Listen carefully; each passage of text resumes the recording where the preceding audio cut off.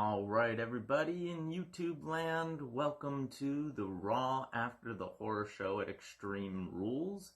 I was having a lot of technical difficulties, so there aren't going to be any reactions, and except for maybe AEW Dark, I might not do any reactions moving forward.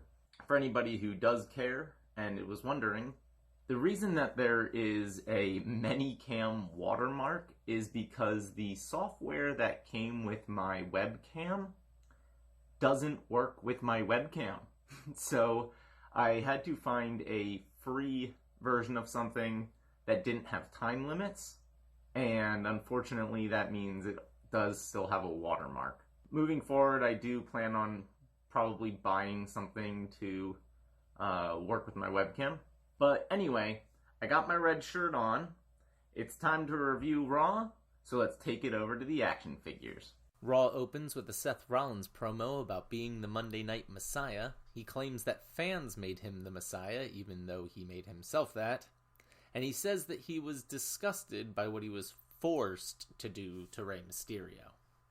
Seth is interrupted by Aleister Black, and they have a nice long match. It's basically a handicap match because of Murphy's constant interference, but I don't mind that because it keeps Aleister looking strong. The match goes through 2 commercial breaks, which is in line with a rumor I heard that Vince has ordered matches go longer due to all the wrestlers being out for COVID-related reasons.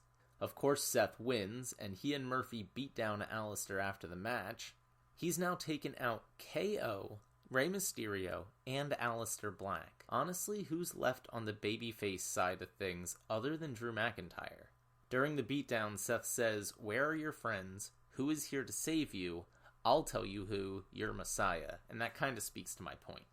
Again, I don't have figures for R-Truth, MVP, or Bobby Lashley, so we'll just talk about it here. Basically, MVP and Bobby Lashley are backstage. They're talking to Farouk for some reason when they call over R-Truth. He's understandably suspicious, and has some great lines before MVP and Bobby pull out a referee and call Shelton Benjamin over, and now Shelton Benjamin is your new 24/7 champ.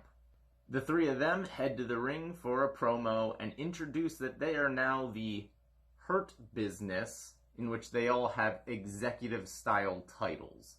They're interrupted by Ricochet and Cedric Alexander, who say MVP didn't earn that title and Apollo Crews is still the real champ.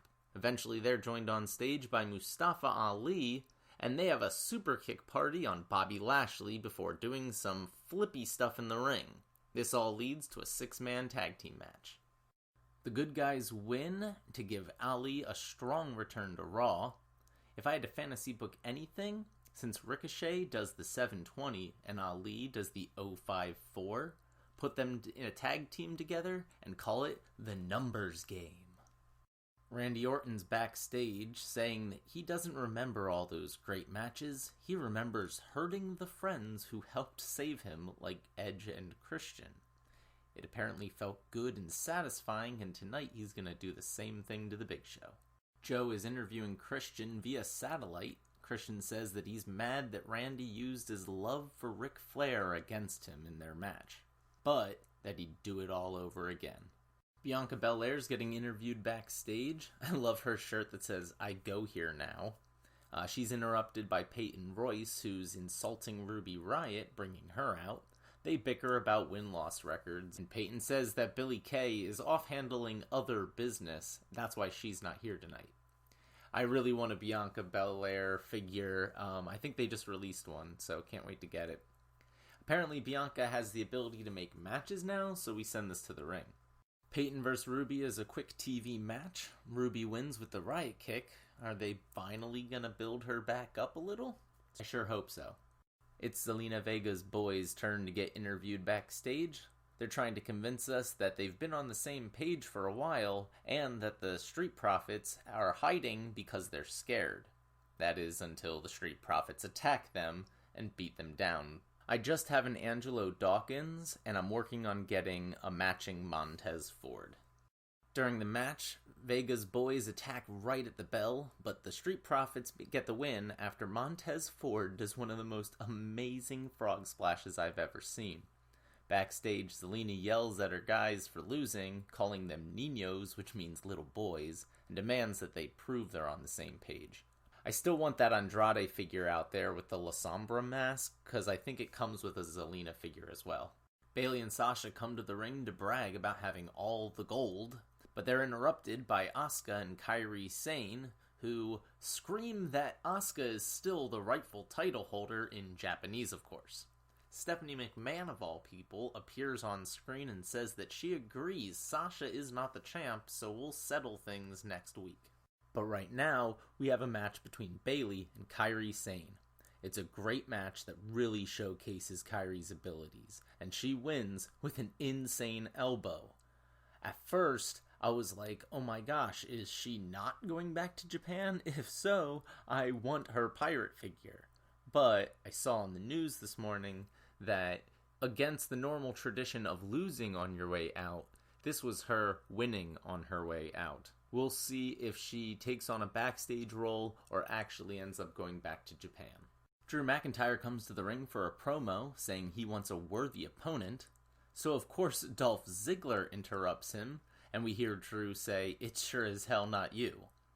Dolph wants one final shot, and Drew finally relents and grants him it under the condition that he gets to pick the stipulation. Dolph begs to know what it'll be, and Drew says that he won't reveal it until just before the match, because turnaround is fair play. The Big Show's backstage giving a promo. He understands what facing this version of Randy Orton means, but he has to do it. He gives this weird story about being the hammer and chisel, and how tigers can't change their stripes.